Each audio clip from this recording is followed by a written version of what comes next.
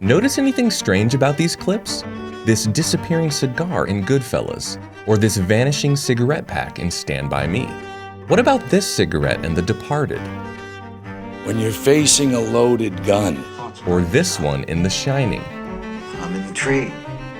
I don't suppose they, What can these mistakes teach us? Don't smoke, kids. Continuity. It's one of the first rules we're taught to respect as editors, but there's a big danger in making it your top editing criteria. I've been a pro editor for over 20 years, and today I'm going to explain exactly what continuity is, why it may not be as important as you think, as well as a warning for editors. And if you like content like this, you should check out my free editing guide, which you can download at the link in the description. Let's dive in.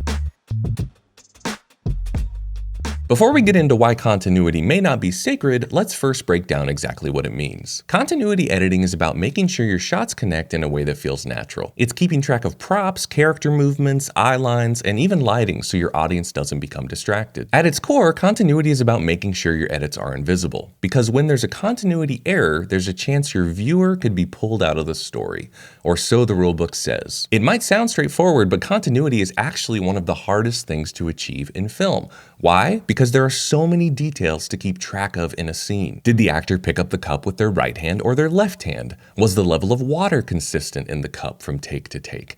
What was the time on the clock in the background during that take? Was the character smoking? If so, was the cigarette on the left side or right side of their mouth? How long was the cigarette during that take? Or think about this. Let's say there's a simple dinner scene with 4 people. How many hands, glasses, utensils, and conversations are you keeping track of from shot to shot? The rule of continuity says that every single one of those details has to match perfectly. That's why on big budget films and commercials, there's a script supervisor whose sole job it is to keep track of those details. But even then, continuity errors happen. So what do?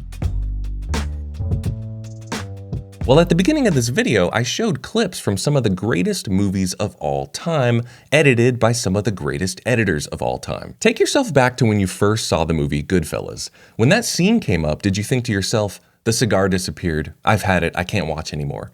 No, neither did I. I don't think I even noticed. Rather than being distracted by the continuity, I was distracted by the greatness of the scene, the emotion, the performance, the pacing. That's what kept me hooked. Filmmaking is such a complex process that at the end of the day, it's all about compromise. Imagine if the scenes from these classic films were re-edited for perfect continuity. What would have had to been compromised? Performance? Emotion? Story? Rhythm? Is that worth it just to keep a cigarette in the character's mouth? I don't think so. That's exactly why continuity is actually the last thing pro editors think about when they're cutting a scene. And if you want to learn to edit like a pro, you'll have to break this rule. But hold on, don't throw the whole rulebook out the window just yet. While continuity is not the first thing pro editors think about, it's still a rule we need to take into account. I think a lot of editors go through a process something like this. When we first start editing, we really focus on continuity. We want to get it perfect because it's tangible and we can measure our progress in that way, unlike the other editing criteria of emotion, story, and rhythm, which are extremely hard to measure. And then at some point we find out that some of the greatest editors of all time, like Thelma Schoonmaker, who edited The Departed and Goodfellas, actually allowed continuity errors in the film because she was so focused on things like emotion, performance, story, and rhythm. So then we go through a phase where we want our edits to not have perfect continuity because we want to be like Thelma.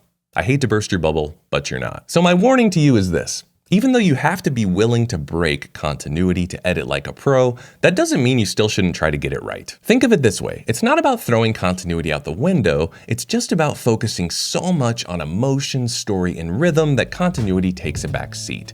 But when you can have it all, that's usually best. If you got value out of this video, please subscribe, and you might want to check out this video next. Happy editing.